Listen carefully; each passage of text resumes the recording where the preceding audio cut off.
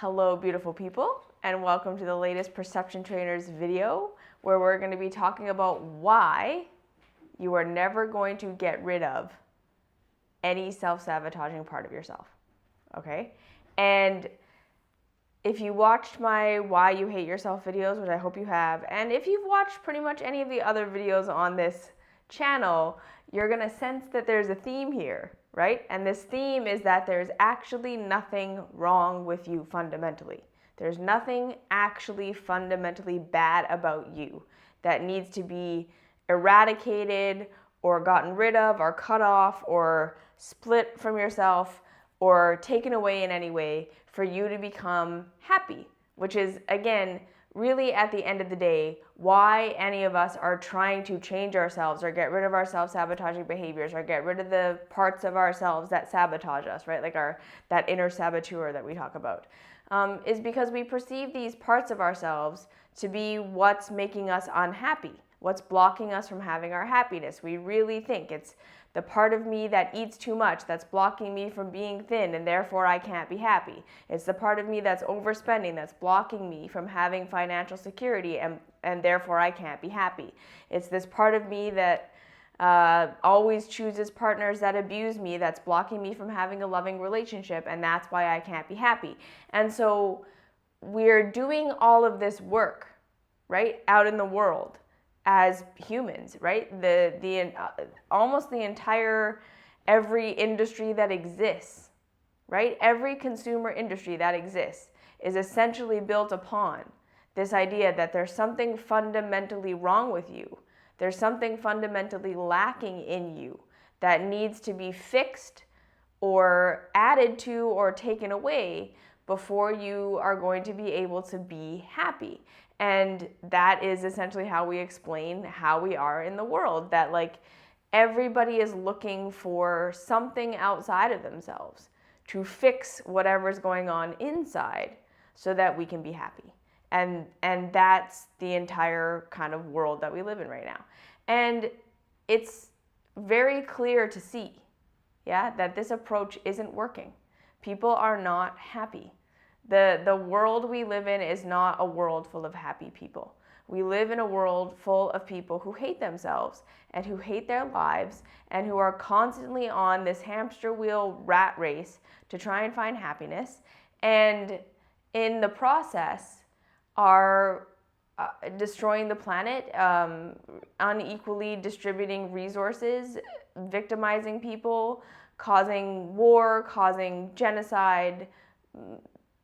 All of these problems that we see in the world are being rooted in this idea that we all have this assumption that there's something missing and we have to go out and find it, and maybe we have to take it from somebody, and maybe someone else has it and I don't, and all these things. So the bottom line here is it's not working, okay? This idea that there's something fundamentally lacking in us and something fundamentally wrong with us.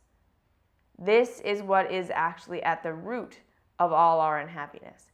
It is not the stuff on the surface. It's not the stuff we're doing. It's not the lack that we see. That's all a result, okay? So we need to understand this. This is the first very important key of why you're never going to get rid of any self-sabotaging part of yourself.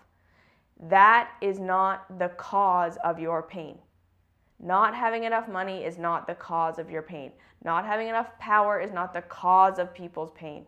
Not having enough people who love them and praise them and follow them on social media is not the cause of the pain. Even famine, war, people being treated unequally and unethically, that is not the cause of human suffering. That is the result of human suffering. All of these things that we see playing out in the world right now, everything that is made manifest is a result, okay, of our belief system. The physical reality is the reflection of what's happening. So long as we are all believing that the physical reality is the cause of anything, is the root of anything, what is happening in my world or how I am behaving, what I am doing, right? This part of myself and how it behaves is the cause of my suffering. We're putting the cart before the horse. We're not understanding that it is actually, in fact, the other way around. All of this is because we are unhappy. All of your self-sabotaging behaviors, yes, are not the cause of your suffering. They are the result of your suffering. Okay? And I'm going to explain to you how right now. Every single one of us, again, and we've talked about this many, many times, and especially in the Why You Hate Yourself videos, is unique. And we have something that we came here to do and express. And we live in a culture that is looking for sameness, you see? And we get this, right? We understand why we're doing that. We don't have complex enough understanding of ourselves and of the world to feel safe around change. This is, again, one of the major root causes of all human suffering, is that we are, as a humanity, we are resistant to a core fundamental truth about reality, that it is meant to change and evolve. Everything is meant to be built, okay? So we, as a society and as a culture, have this idea that, number one, things can go wrong, that the reality can be wrong if it's not what we want it to be, instead of understanding that everything is a step on the path to where we want to go, that nothing goes wrong because there's information in everything, and that information builds upon itself to get us where we want to go. To get to our desired destination, we start with what we're given and we build upon it through understanding it. Okay, so this is where thinking you're going to have a massive revelation that's going to take you from where you are to where you want to go, thinking you're going to get enlightened when you do a meditation, or there's going to be some thing you're going to discover that's going to fix all your diet problems, or fix all your relationship problems, or fix all your money problems, or fix all your job problems. There's going to be something that just happens and you're going to go from hell to heaven. That is completely making ourselves miserable, because we are projecting out onto the reality something that does not align with the actual structure of reality, which is that everything is built upon itself. Okay? Reality doesn't go from this to that. Reality evolves. Okay? We need to understand this. So if we can let go of this idea that anything ever just happens like this, that anything isn't built from a foundation of something else, we can start to understand why we suffer so much. A frog has to be a tadpole first, okay?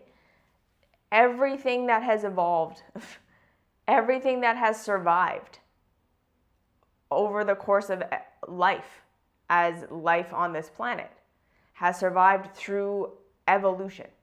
It was simpler, and then it became more complex. Everything is like that. Everything. Nothing jumped. Even in these where it looks like we had jumps in understanding as humanities, that was still a step. That was just the next step. It maybe didn't look to us like the most logical next step, right? You would think a lot of the times with intelligence, it looks like it should go here, here, here, here, here, here, here. But we definitely have tipping points, okay? So I'm not writing that off. We definitely can get to a place where we attain so much knowledge that we hadn't actually put into practice yet, yes? That, again, we were building upon what we knew, building upon what we knew, building upon what we knew, until finally it reaches this point where we have this critical mass, where we have enough information that all of these pieces of the puzzle come together, and then we can do something much more complex. So that explains stair-step evolution. It, again, wasn't a jump in consciousness. It was we had been collecting all of these pieces, all of these pieces, all of these pieces that by themselves weren't really creating change. But once we were able to put it all together to see the complex view of it, then it was useful, and it made us look like we made a massive jump. So, right?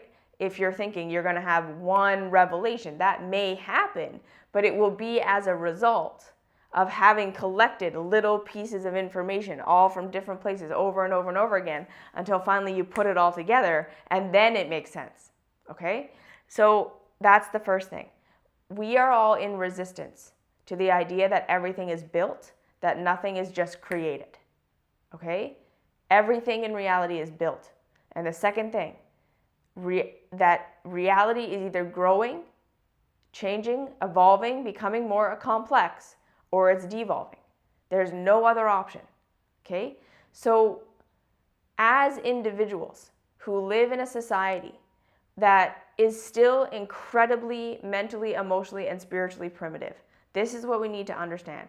Just because we have technology does not mean that we are an intelligent race. We're not, okay? We are not intelligent yet. We're very primitive, okay? We are in the baby stages of understanding reality and understanding ourselves. We have to stop judging humanity as being at this like pinnacle.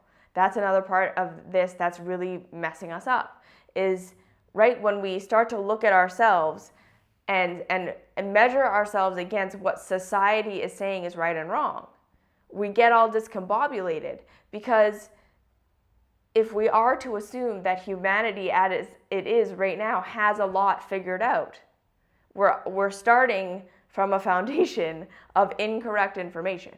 And therefore, we're going to make a bunch of assumptions about ourselves that are also incorrect. Because, right, you can't make a correct assumption based on incorrect, invalid information. So if we understand that, right, the fact that we live in a culture that's looking to get rid of stuff, that's looking to homogenize, that's looking to make things predictable, that's looking to get rid of information, right? Like that is what science is all about right now, is isolate, get rid of factors, get rid of variables, take things apart.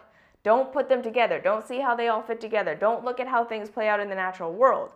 How do things happen in a lab in a very controlled environment? And this is how we find truth. Well, that's ridiculous. That is absolutely ridiculous, because that is not how reality works. We cannot understand reality in a lab that is completely separate from how reality functions. Yes? So seeing that we live in that kind of culture, yeah, we cannot assume that that culture is advanced and therefore has any amount of wisdom to offer you on who and what you are or how to handle the challenges that you're facing in your life, right?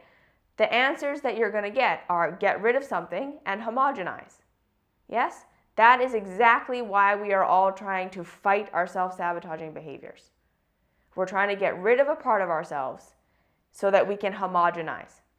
And it's not working, okay? So the real bottom line here is this. You are going to realize that all of your self-sabotaging behaviors, you sabotage every one of your attempts to get rid of it. Every time you try and get rid of your eating disorder, every time you try and get rid of your spending habits, every time you try to get rid of your social awkwardness, every time you try to get rid of any of your negative emotions, anytime you try to get rid of any of your negative thoughts, what you believe about yourself, you sabotage your own attempt at doing that.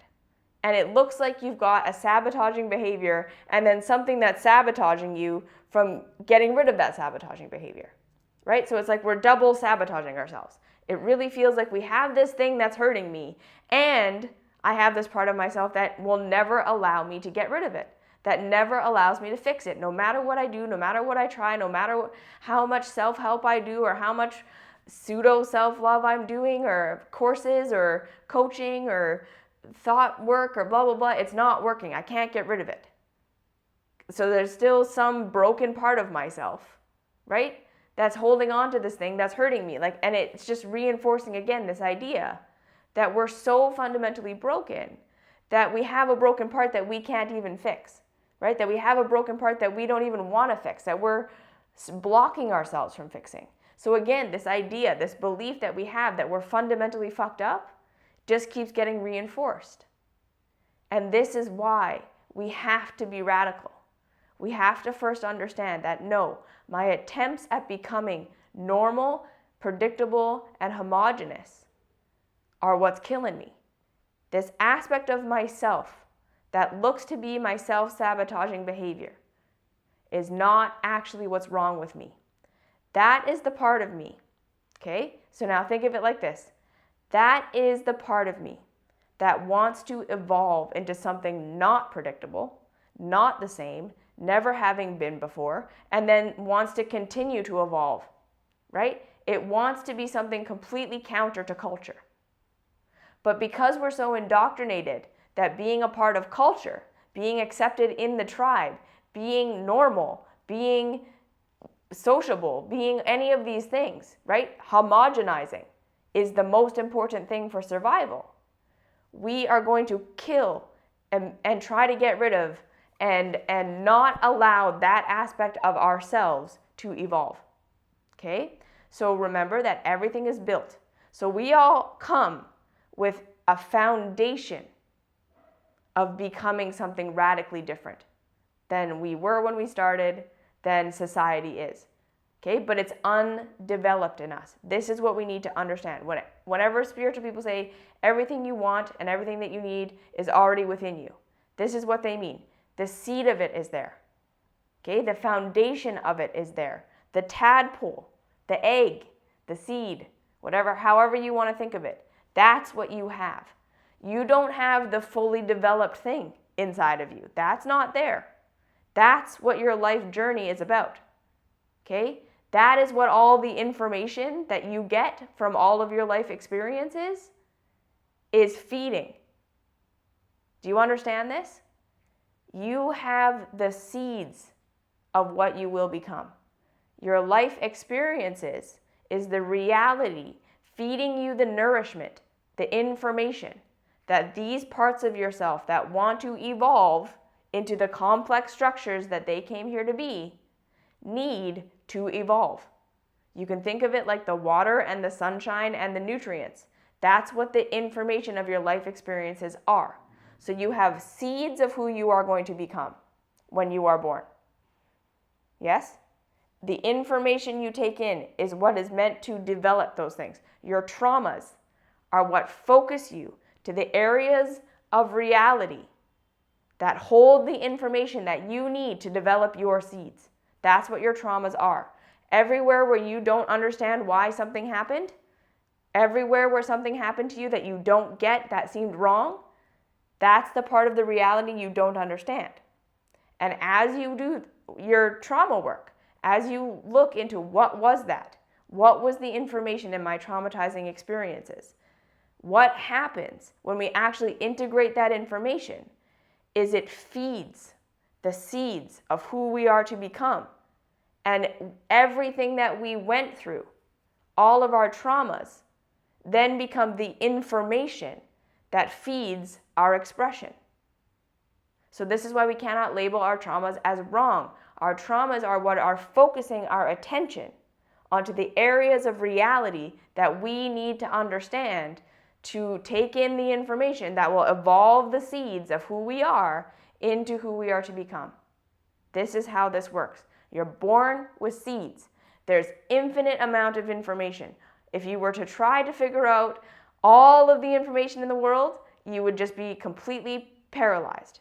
Your traumas focus your attention on the areas of reality you need to understand, right? On the information that is food for your seeds. It focuses your awareness and your attention on the parts of reality that are the food for your seeds. So then you can feed those seeds with that information. Oh, now I see why that happened. Oh, now I see what they did. Oh, now I understand reality more, right? This all of a sudden stair-step evolution is going to happen in you. You evolve to become so much more complex. You understand more and more of reality. And then all of a sudden you're able to live this life of expression. Now, when that doesn't happen, which is what's happening for almost all of us, right? We're all born with these seeds. And then somewhere along the line, society says, no, that's wrong and bad. That seed in you is bad. Don't develop that. Don't become that. That's not the same. That's not predictable. That's not homogenous. That's a part of a reality I don't understand. Yes, that's a reflection of one of my traumas. So don't. That's bad. Nope. I'm gonna cut off love from you so that you understand you don't do that. And then what happens is that seed ferments. Okay, we need to think of it like this. That sweetness in you, that was your sweetness, what you are here to become on all levels, not just what you're here to do as your job, but like who you are here to become. That's your sweetness. It starts to ferment as it's cut off from light. And this is where self-sabotaging behaviors start to come up, right? So a lot of spiritual teachers say your self-sabotaging behaviors are not really self-sabotaging. They're just there to keep you safe. Again, that is a very primitive understanding of what we're talking about here. If someone's like, right, your self-sabotaging behaviors don't really exist. They're just trying to protect you. Kind of, but that's still very, very primitive understanding. Protect you from what? Protect you how? Right? Again, that doesn't usually satisfy people because a lot of the time we look and we're like, okay, well, how is starving myself and not being able to stop looking at myself in the mirror and pinching on my fat and hating myself trying to protect me? It's like, yeah, it's trying to protect me from being socially unacceptable, but it's not working, right? Like it's not working to protect you. If we really look at it, right, we're all like, yeah, but my self-sabotaging behaviors are hurting me. It's hurting me. It may seem like some sort of half-baked attempt to protect me from getting kicked out of the tribe or whatever. But it also, that doesn't make sense because they also are hurting me. It's like, it's hurting me. So if it's really trying to protect me, why wouldn't it help me to become what I actually should be to be accepted into the tribe? That would make sense, right? Like if your self-sabotaging behaviors actually made you socially acceptable, then we could say, okay, it's just trying to protect you from becoming socially unacceptable, which is what we're all afraid of, right? But it's like all of our self-sabotaging behaviors are actually inadvertently making us less socially acceptable. That's why we hate them, right?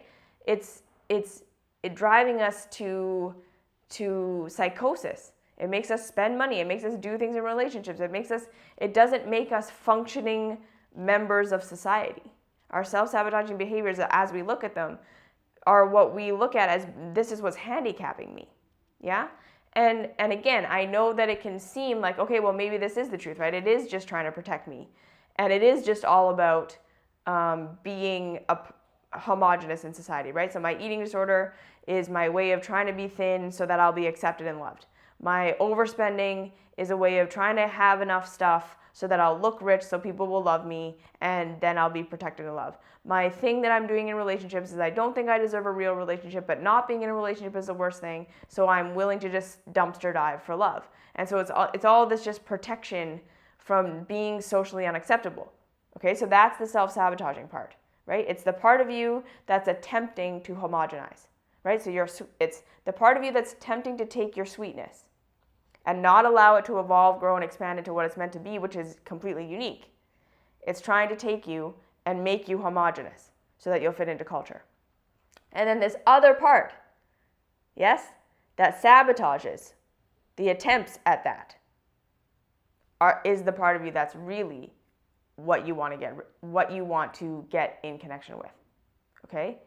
That part, that sabotaging all of your attempts to become homogenous, to become socially acceptable, to base your life on that, that is your essential nature saying that's not what we want to do.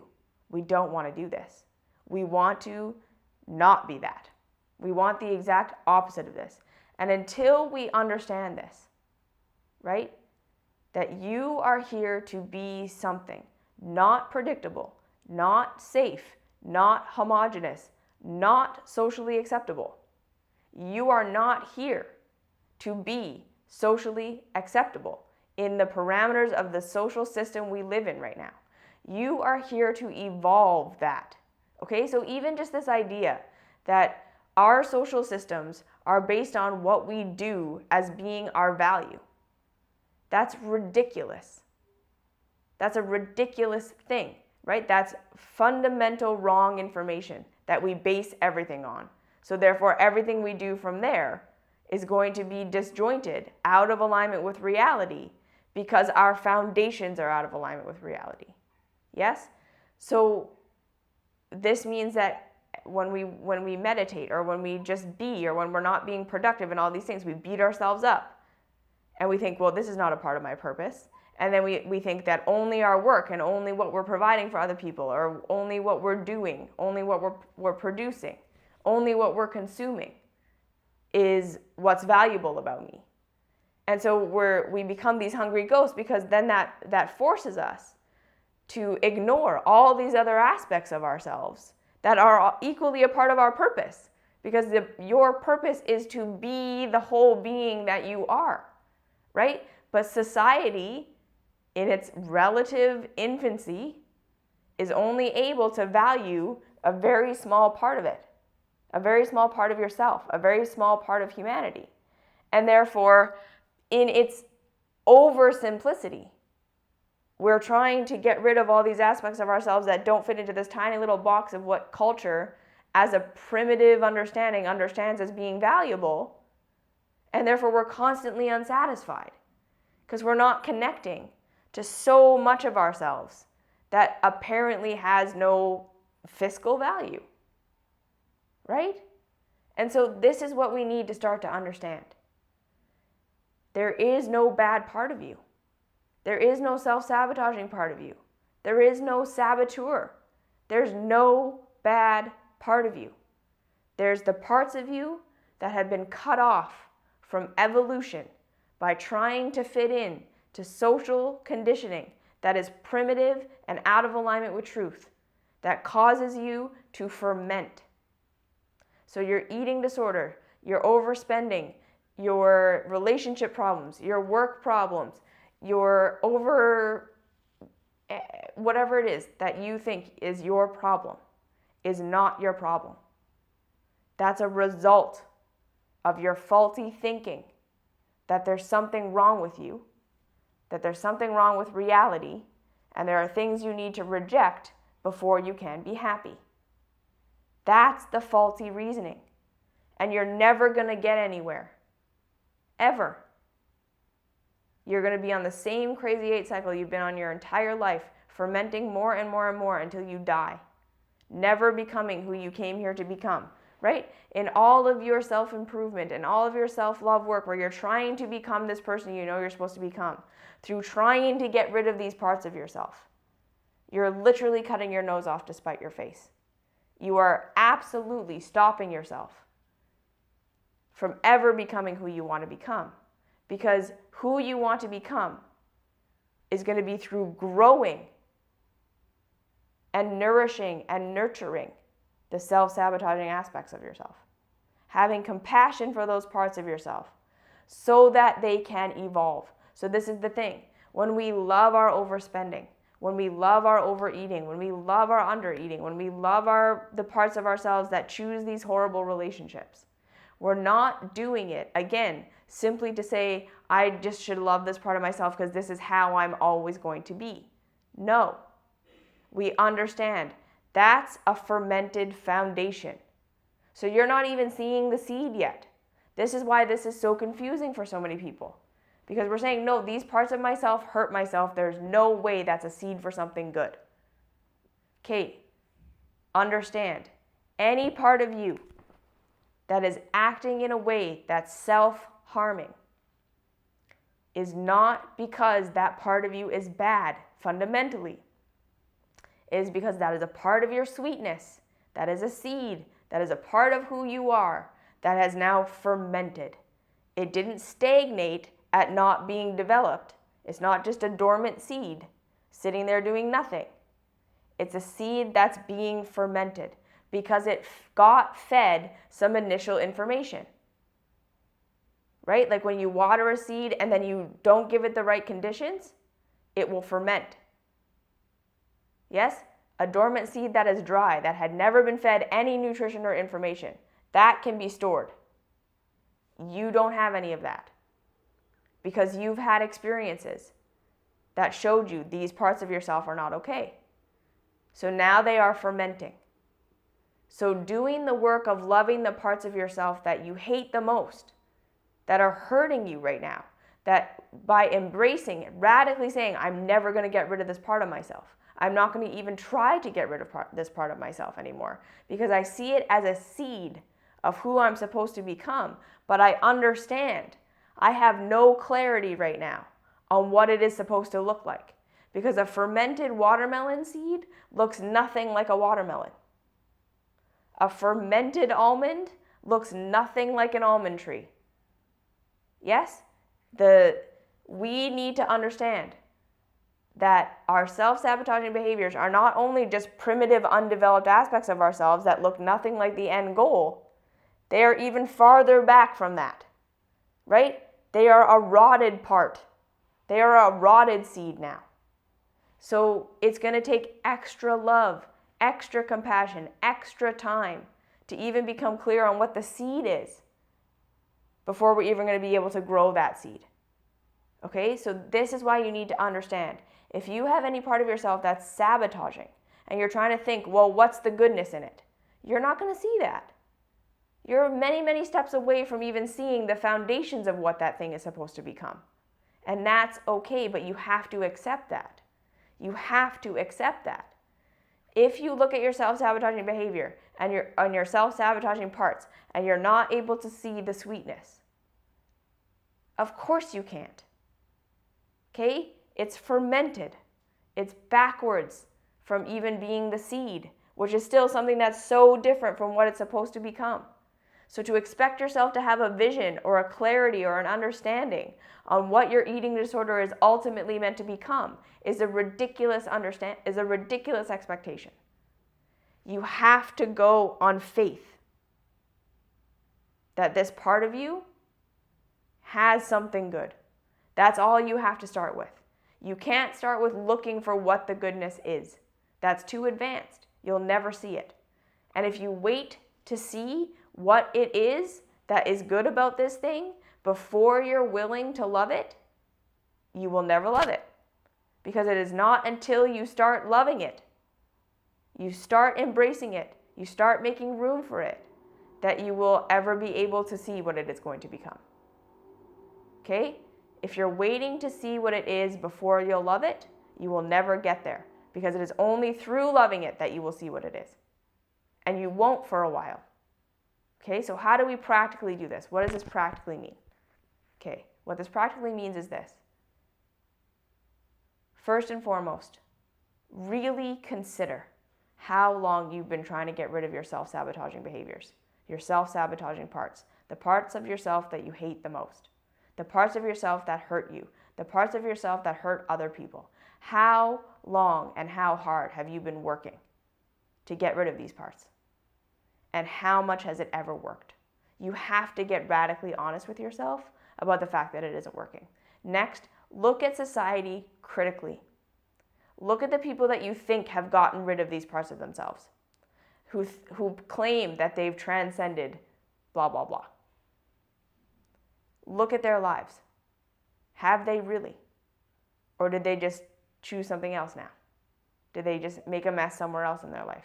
Maybe they got this area under control, socially acceptably. Yes? They now are a normal, healthy weight, or they don't drink anymore, or they don't do this, or they don't do that. But now they're addicted to something else. Now they just have a trouble in their life in some other area. Because again, they didn't understand. They didn't evolve. They just took their self-sabotaging stuff and moved it to a different area, right? We all have these blocks of our lives, of our work, our spirituality, our bodies, our relationships, our relationship with money. And we can just rearrange where we're going to not be ourselves and where we're going to self-sabotage. But that doesn't mean that we've healed. We've just taken a lateral move. Okay? So really look at that.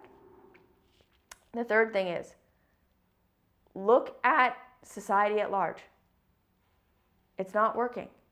How we are viewing things, what we value, what we're saying is of value, how we determine what is true and untrue.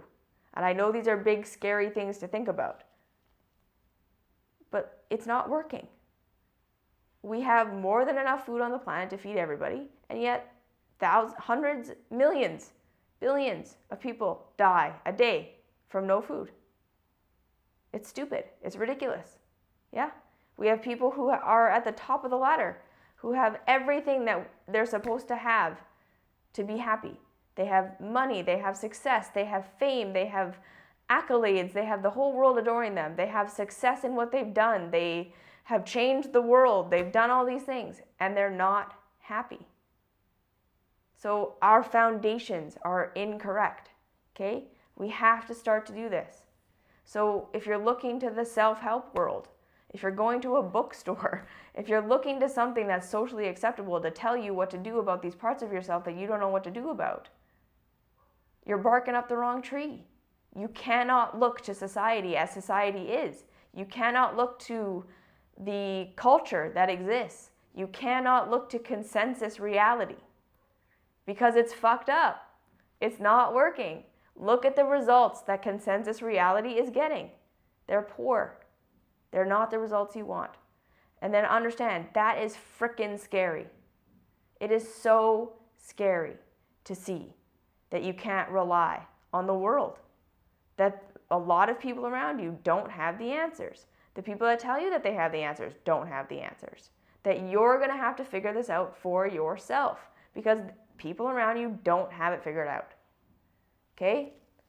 And then you start to say, okay, these parts of myself that are hurting me, I have such little awareness of them. I have such little understanding that I'm trying to get rid of it. Not understanding that I will never get rid of a part of myself. That every part of myself is important. Everything that is a part of me is there for a reason. And I've rejected and cut off from love and information these parts of myself for so long that they're now fermented. So to think that I have any kind of wisdom to know what parts of me are good and bad, are right and wrong, are beneficent or maleficent, is ridiculous. That's a ridiculous assertion because we are so unaware of ourselves as a culture. Because society says these are the only parts of us that matter and exist, ignore everything else. And we've done it. So now we have all these aspects of ourselves, again, that are here to evolve and expand and be just like completely outside of what this tiny little culture says is right. And we're saying, I know myself. I know reality. This is bad. I can make a sound judgment that this part of me is bad. No, you can't. You don't have that information. You literally don't have that enough awareness for that. And now you bring in compassion.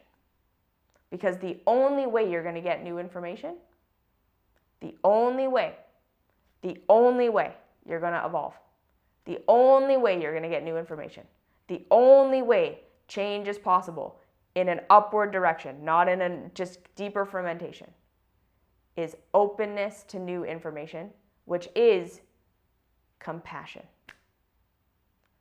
Any amount of you trying to hate yourself or work on yourself or fix yourself or get rid of yourself or augment yourself is working on continuing to ferment, getting rid of information, isolating. That's why you're fermenting. So if you keep doing that, it's just going to get worse. You have to change tracks. You have to shift direction. You have to start sitting with the parts of yourself you hate the most and saying, I love you. I accept you. Even if you never change. Here's the paradox. Even if you never change. Even if I stay this way forever. Even if I stay in my eating disorder forever. Even if I stay in my drinking forever. Even if I stay in my social awkwardness forever. Even if I stay in my negative thought loops forever. I love myself. There's a reason I'm doing it. I don't understand why I'm doing it right now. Why am I doing this? We start to actually ask ourselves, what's the positive intention? How are you serving me? How are you helping me? And then we understand that that journey of asking that question is going to be long. It's not going to be a meditation or two or a couple of months or a year. You're going to be working with this part of yourself for a long time. How are you helping me? How can I help you? Is your new foundation for everything. Everything that comes up that is looking like it's hurting you. Compassion. How are you helping me? How can I help you? What do you need? What do you want? Softness of the heart towards ourselves. It's the only way. It's radical. It's not what anyone else is doing, and that's good because society is fucked up. Look at it. Learn from it. Allow it to make you more intelligent. It's not working. Have compassion for yourself. paradoxically, as though you will never change, and you will change. Okay, see you in the next video.